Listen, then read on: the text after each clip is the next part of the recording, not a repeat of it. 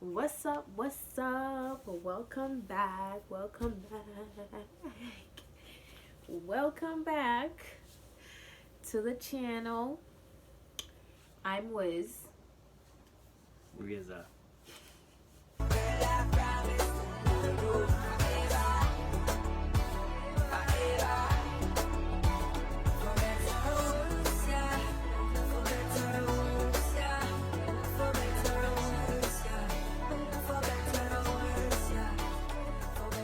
As you can see by the title, today we are going to talk about the birth and the making of baby EK, aka Anelsi Kabaya Riley. Let's get to it. So, where should we start? The pregnancy. Pregnancy was horrible. So, basically, around the time that I got pregnant, I didn't think that I was going to be pregnant, which is crazy because God pretty much spent the entire 2020 telling us through dreams and prophetic words and all kinds of ways that we were going to get pregnant, and telling us about our daughter and stuff like that, so that we could prepare, so that we could pray about it. And so earlier this year, when I was pregnant, I didn't think I was going to be pregnant. Usually around the month of March, my period is always late because of the month of February. Since February is missing a few days, my period always comes late the next month. So when my period was late in March, I didn't really think much of it. I was just like, oh, this is just what happens regularly, whatever. And it's crazy because the week of me finding out, I was starting to act funny, and I did not know that it was because I was pregnant. Because Ramon would come home from work, and for some reason, he smelled bad. Like, he was smelling like cigarettes. And I kept telling him, Ramon, are you smoking? Ramon, what is going on? You smell like cigarettes. And Ramon... And Ramon was like, what are you talking about? I'm not smoking, yada, yada, yada. Like, I don't know what you're smelling. But the smell was so strong to me, and it legit smelled like cigarettes. And every day I would argue with him because I really thought that he was smoking, or at least he was around people that were smoking, and he was just lying to me. Because I'm like, I know I'm not going crazy. I know I smell the cigarette. So basically, this is during the week, right, that I found out that I was pregnant. My period is late. I'm acting crazy, fighting with Ramon over the smell of cigarette every single day, every time that he came home from work. And so one day I was just chilling, and I was about to take a shower, and I was just like, okay, my period is late. Let me just take a pregnancy test just for fun. I know it's going to be negative. So I take the pregnancy test. I literally, like, I pee on the stick, I put it down, and I turn away for a second, and then I look back. And as soon as I look back, it was already positive. And I was like, ain't no way. Ain't no way, bruh. Ain't no way. I was shook because I really thought that it was going to be negative. And I was like, I mean, I'm going to just take this test just to rule out pregnancy. And so I was like, oh my gosh, oh my gosh, oh my gosh, oh my gosh, oh my gosh, oh my gosh. And so I run out of the bathroom, and I'm like, this can't be. So I was like, nah, this is not real. So I go to the store, I get another test, and so say so done. Not even in 5 seconds, it was already positive. The same night, I call Ramon, and I'm like, Ramon, when you get home, we need to talk. I was like, I made it seem like we were going to have a serious conversation, like he was going to be in trouble and everything. And I got everything that I needed to get in order to tell him that I was pregnant, as you're going to see in the video. Pick them up out the bag. Open your eyes.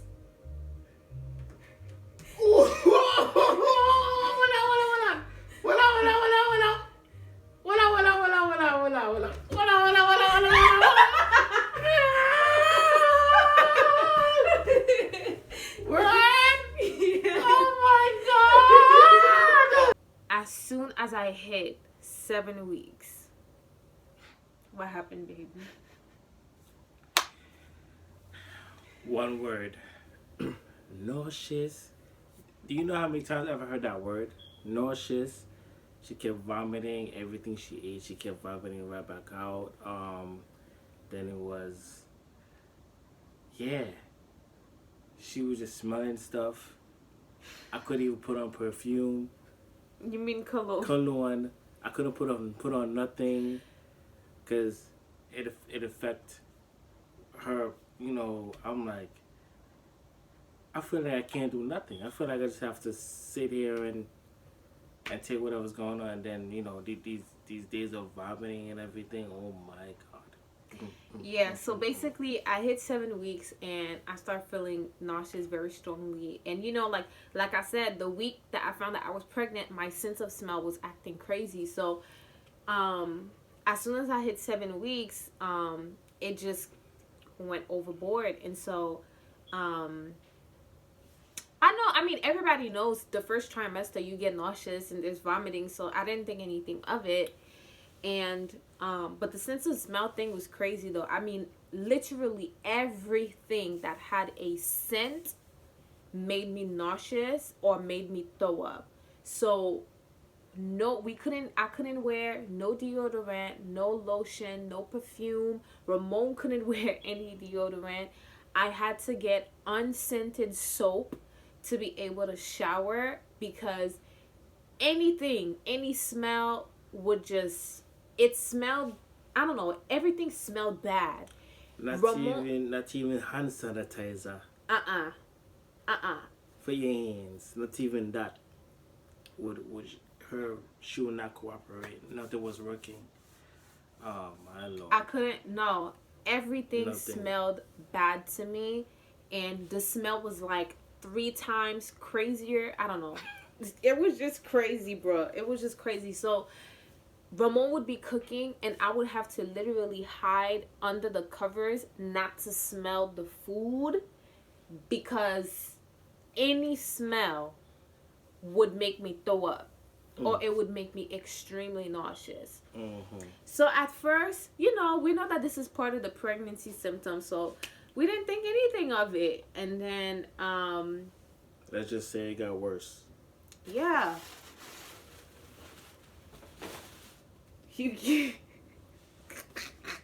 So I'm thinking, okay, this is just the first trimester. Once the first trimester is over, then this is gonna go away. Little do she know. But it did not go away. And when it did not go away, that's when we realized that I had hyperemesis gravidum. I don't remember the name. HG. And hyperemesis is basically a condition in pregnancy that is rare, or not common, and it is extreme nausea and vomiting that goes beyond the first trimester. So hit the second trimester, I did not get any relief. I was on Reglan, and then like I said, it worked for a while, but then even though it worked, it didn't fully work. I was still feeling nauseous, but I could stand it. It was bearable enough for me to be able to eat, and I was still throwing up, but I wasn't throwing up a lot. I would probably throw up like once or twice a day, compared to before where I was just throwing up all day long, all night long. And then Reglan did not work. So in between all of that, right, from the first trimester to the second trimester, I went to the ER I don't know how many times, because it got to the point where, like, once I started throwing up really bad, I would go on like 2-3 days on an empty stomach, without eating, I would get so weak and dehydrated. And so I would go to the hospital, and they would, give me fluids and give me medication. And I would spend the night. And then after that, I would go home. And even when I went home, I would feel better at the hospital. But as soon as I would go home, back at it again with the vomiting, back at it again with the nausea. Like, it was just bad. And so at one point, I started having bad side effects with Reglan, so I had to stop. I don't know. Honestly, I tried so many medications um, that wouldn't work. It's like they would only work for a few days, or a week or 2 weeks, and then after that I would be back to vomiting. I would end up in the ER again. And so after going through all these different medications and still not getting any relief, my physician was like, okay, um we're gonna have to get a nurse to come 3 times a week, give you IV fluids, and give you medication through the IV, because that's how bad it was. But then we found one last medication that I could try, and that was diclegis. And that was finally the medication that worked. But by the time I got to be on diclegis, I hit my 3rd trimester, and I was still. Can you imagine? Basically, the entire pregnancy going through all of that. Yeah. So then I hit about 34 weeks. And when I hit 34 weeks, now we started encountering another problem. So, long story short, I started having too much fluid. And my belly, right? And what happens is, when you have too much fluid, is that if you have too much fluid going into labor, there can be complications. It's called polyhydramnios. That's what the condition is called, when you have too much fluid in your belly. And when you go into labor, when you have too much fluid, it can cause your placenta to detach too early. It can cause hemorrhage. It can cause basically a couple of complications during birth. So I had to be monitored closely. So I was like going to the doctor like 2 times a week to keep track of the fluid, and my fluid was going up and down and up and down and up and down. 1 minute it was too high, then it was back to normal, then it was too high, then it was back to normal. And then eventually, when I got to 39 weeks, and it was closer to labor, my physician was like, we're gonna have to induce, because we want to be on the safe side, because my fluid stayed high, right? It would go back to normal, but then by the end it didn't go back to normal. Anyway, so I didn't want to be induced. Me being a doula and a childbirth educator, and knowing about induction and having my own birth plan and wanting my birth to be a certain way, I wanted to go unmedicated, all natural, everything, because I'm gangster like that. I was like, I don't want to be induced. So I tried everything in the book to try to go into labor naturally. The birth ball, intercourse, walking, curb walking. I tried the what's that tea called? Red raspberry leaf tea. Yeah. Dates, pineapple, spicy food. I tried everything in the book, including the midwife's brew. Now, a lot of people don't know about the midwife's brew. It is basically a drink that you drink around 39-40 weeks to induce labor.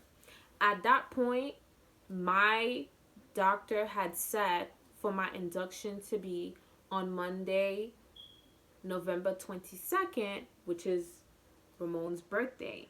So I was like, you know what? I need to try everything to try to go into labor before my induction because I don't want to be induced. So I did that. Okay, so today is November 20th. November 20th, Saturday, November 20th, Yeah. 2021. We are 39 weeks and 6 days. Okay. This girl refuses to come out. So we are about to make this midwife's brew and see what's up. You ready, Papi? Yeah, ready? All right. And then that didn't work. Nothing worked. I would get contractions, I would get Braxton Hicks, but it wasn't the real labor. It was so annoying. And whenever I would try to induce, I would get like contractions that would sometimes be 5 minutes apart, but then they would go away. And I was like, what the heck? And I think that honestly, my body was really not ready to go into labor. And here's the thing. The other issue is that because I had so much fluid, baby EK was gaining weight slower than normal. And so 2 weeks before my induction, which was at 40 weeks, 2 weeks before my induction, they had weighed her on the ultrasound and she was at 6 pounds, right? So still a good size, but you know, you're gonna see why it's important later. So long story short, we went, she woke up. Tried everything, tried a midwife's route, it did not work. So my induction was set for Monday, November 22nd, right? So we get to the hospital and I check in and I'm like, yeah, I have a scheduled induction, blah, blah, blah, blah, blah. This is my name. And the first thing that the nurse tells me is that my induction didn't have a medical reason, which was surprising to me because when I spoke to my physician, she was the one who pushed to schedule the induction because of the fact that I have too much fluid. So I'm like, what? Oh. The doctor was like, okay, let's do an ultrasound. Let's check you in. Let's see if you really do need to be induced, right? So then I get into my room. I check in and everything. So I'm here. They're about to put me on the monitor right here and see what's up and see if we're really gonna go ahead with this induction. And then the doctor is like looking at my chart and he's asking me questions, and he's like, wait, having too much fluid, that's not a reason to induce. And I was like, thank you. But at the same time, I was like, okay, so I don't get why my physician was pushing so much for it. But then he was like, okay, let's do an ultrasound and let's see what's up. Now, in the meantime, my blood pressure was going up and up and up and up. And so they was like, okay, it doesn't... They were like, since my blood pressure was high, they were like, okay, we're going to keep you for 4 hours, see how your blood pressure is. If your blood pressure goes back to normal, then you can go home, and we're just going to wait for you to go into labor. But if your blood pressure does not come back to normal, then we're going to have to induce you because it's looking like preeclampsia. Oh, baby girl. Long story short, they do the ultrasound, and my fluid was back down. However, remember how I said 2 weeks prior, baby EK was at 6 pounds. When they did the ultrasound, she was still at 6 pounds. So she fell under the 8th percentile, which means that for babies at her gestational age, she is way too small. And so they decided to induce, and I was diagnosed with Iugr, which is growth restriction. I don't remember the full name. Yes, they decided to induce because she was too small, and it was like, okay, you're at 40 weeks. There's no point of keeping her in there. She's not gaining any more weight. She has not gained weight in 2 weeks. And on top of that, my blood pressure still did not go to normal. In fact, it kept going higher and higher and higher. So, yes, I got induced.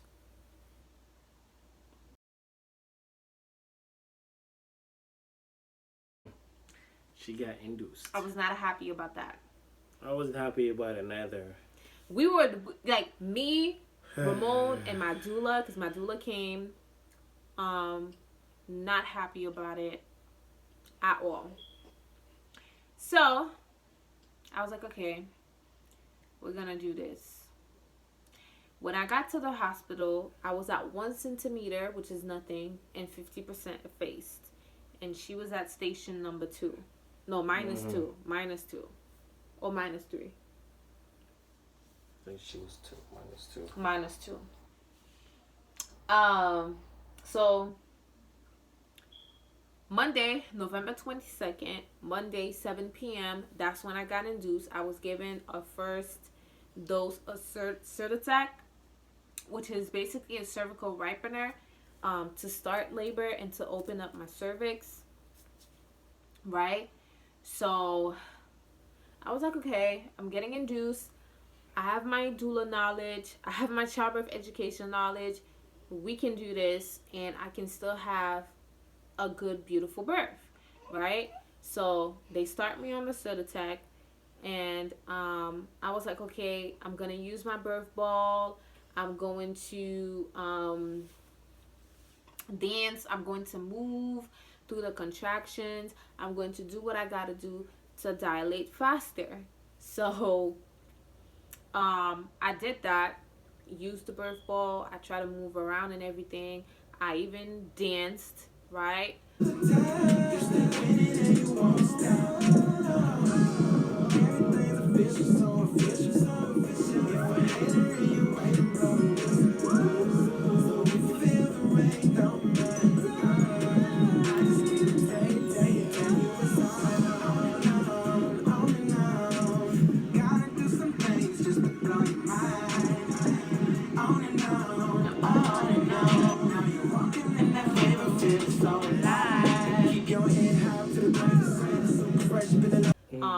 While I was having the contractions were like 5 minutes apart, and then they were like 3 minutes apart. They were painful, but it was bearable, right? So they checked. I was still at 1 centimeter, and still 50% effaced. So they gave me a second dose. I was at like 2 centimeter, which was like nothing. And after an entire night of contractions, there was not much progress. We barely slept. Barely slept. We barely slept. I couldn't sleep with the contractions. And I asked them, I was like, what pain medication options do you have aside from Epidural? And they said that they had this medication called Stadol, which is a narcotic. So I did take it in the middle of the night, and it makes you high. I was so high. I was hearing voices. It's going crazy. I was hearing voices. I was like, Ramon, did you say something? I was hearing people having conversations. And I kept turning to Ramon, and I was like, what did you say? Did you say something? I didn't say nothing. It was so funny. But the thing about Stadol is that the doctor was like, I could only take it twice. So I took it the first time in the middle of the night because I was like, I needed to sleep. So I probably slept for like an hour at most. So they came back at 4 o'clock in the morning.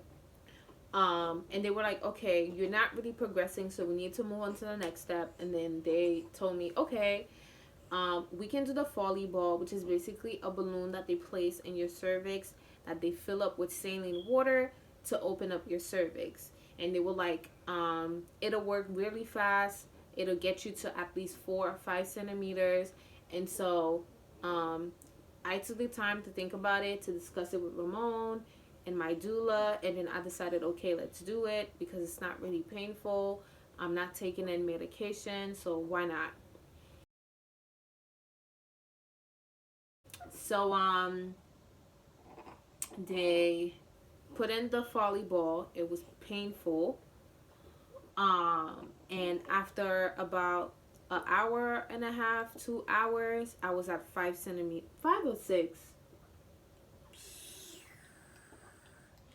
She was sure you wasn't at 7. No, I think I was at 6. She was at 6. I got to 6 centimeters, so that was good. So then they were like, okay,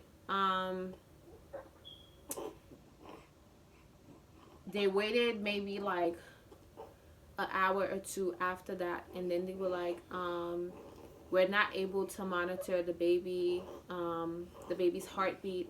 So they wanted to place, I forgot what it's called, but basically they wanted to place a monitor on her head. And in order to place the monitor on her head, they had to break my waters, which was also going to help with progressing my labor. So that was a lot of water. Yeah, it was like the beach. It was a lot of water. It was to the point that water, like some of the water, it was a lot of water, got on the doctor and he had to change his clothes.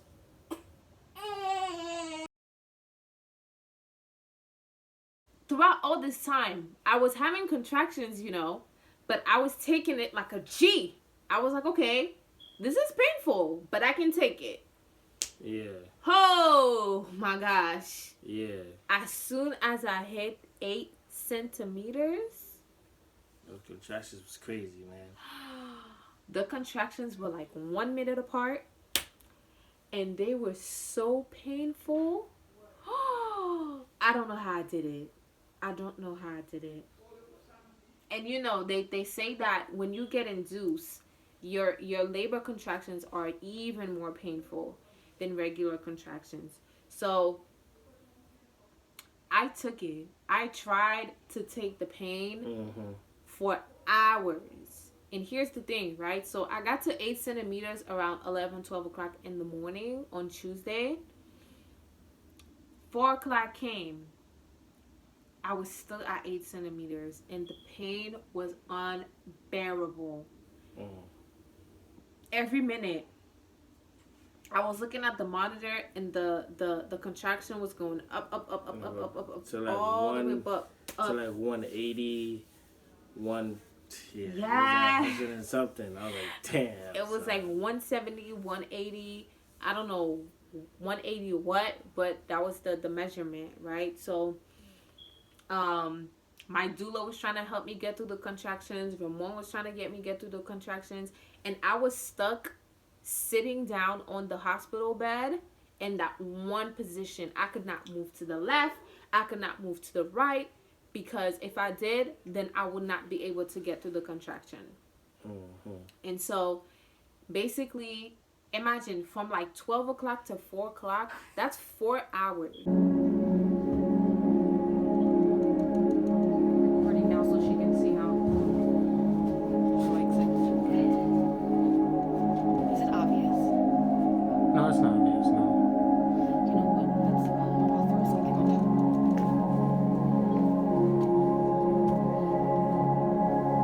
Like that. Nobody's gonna think, look, nobody's gonna think that. Literally stuck at 8 centimeters. And so the nurse was like, okay, do you not want to take the epidural? I mean, it'll help you because, listen, you're crazy. You're crazy for taking these contractions. Everybody was looking at me crazy for trying to get through these contractions because that's how crazy they were. And I'm not gonna lie, every time the contraction came, I was like, I can't do this. I can't do this. I cannot do this. I cannot do this. And my doula, shout out to her, she was like, no, yes, you can. Yes, you can. I was like, no, no, no, no. Give me the epidural. There was times where I was starting to panic. And here's the thing. When you start to panic, the pain gets even worse. Thank God my doula was like bringing me back and to focus because so basically the nurse came and she was like, okay, the anesthesiologist is going to go into surgery for a C-section. So if you want to get an epidural, now is your time. Because after that, she's going to be gone for at least 2 hours. You're not going to be able to get anything. So a little before that, I did get another dose of Stadol, but then it helped, but it only lasted like 2 hours. So basically, when the nurse was like, okay, the anesthesiologist is about to go into surgery, so if you want to get an epidural, you have to get it now. I was like, okay, give it to me, because I was stuck at 8 centimeters and I did not know how long it was going to take me to get to 10. It probably would have taken me to the next day.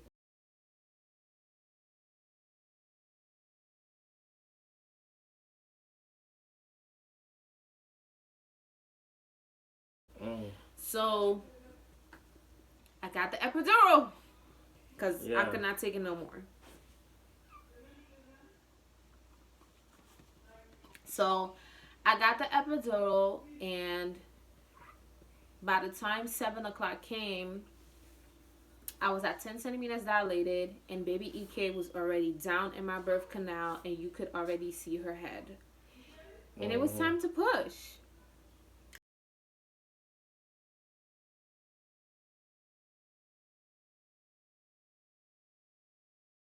I started pushing at 7 o'clock. I pushed for 1 hour.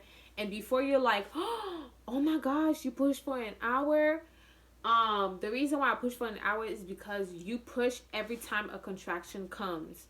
So I didn't push for an entire hour back to back, but just with every contraction. And so I push.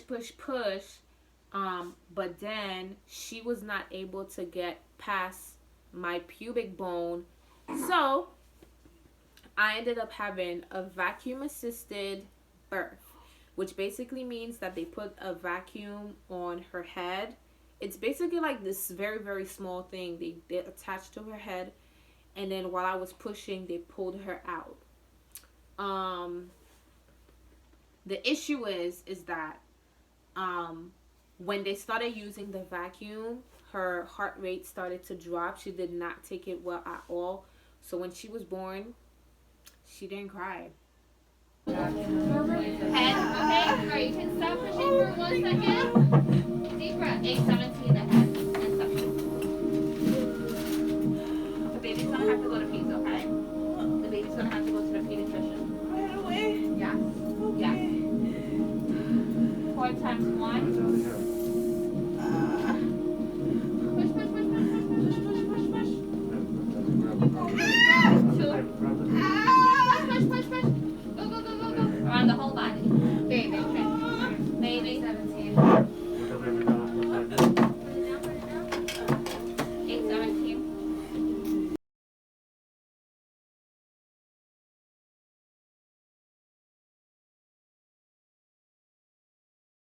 There you go. See?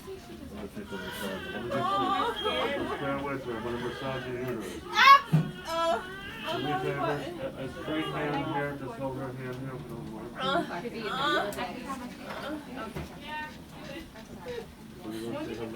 A cup of ice. You know where our nutrition is? Ramon was right there, and Ramon took her out with the doctor, pulled her out with the doctor, which was good, and he cut the umbilical cord, but she was not breathing, and so immediately the doctor was like, oh my gosh, we need to get the team in here And people started flooding the room. Nurses, doctors, pediatricians, I mean, all kinds of people. People were coming and saying, oh, the baby is going to have to go to another room, yada, yada, yada. And she was not crying. And I was like, what is going on? Why is she not crying? And so they took her to the side to try to, get her to cry and get her to breathe. And basically, I was like, nah, this can't be happening. Ramon was with her watching what they were doing, and I was with my doula, and me and my doula, we started praying because not my child. Her heart rate came back up. She was breathing beautiful.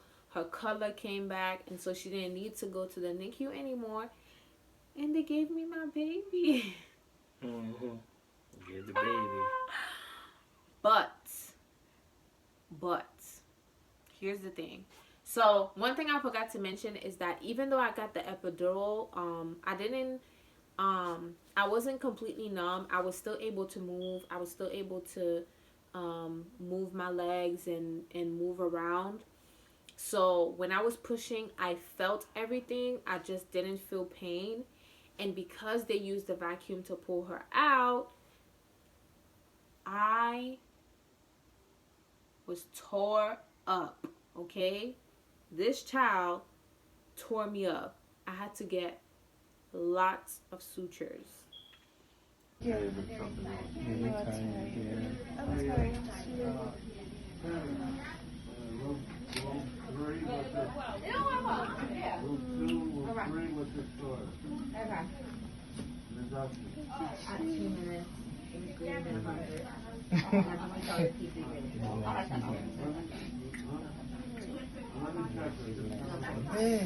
This is our birth story, my birth story.